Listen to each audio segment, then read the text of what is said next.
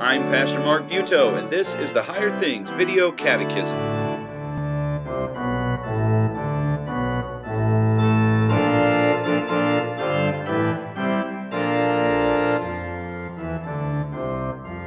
The Catechism wraps up with what are known as the Christian questions and their answers.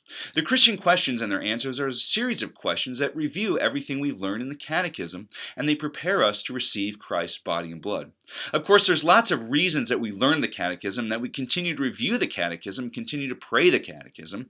But of course, one of the most important reasons is that we learn the Christian faith and be prepared to receive the sacrament of Jesus' body and blood.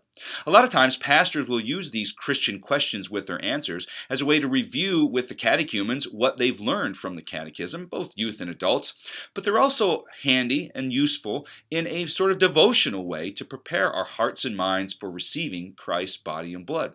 And what are these Christian questions and their answers all about? They're simply reviewing what we've learned as we learn the Christian faith. Remember, our parents and sponsors, when we were baptized, at least especially if we were baptized as children, they said that we will be brought to the Lord's house, taught the Christian faith, and brought to the altar where we receive Christ's body and blood. The Catechism prepares us for that, and the Christian questions and their answers prepare us to receive that by reviewing everything we've learned. The Christian questions remind us that we're sinners.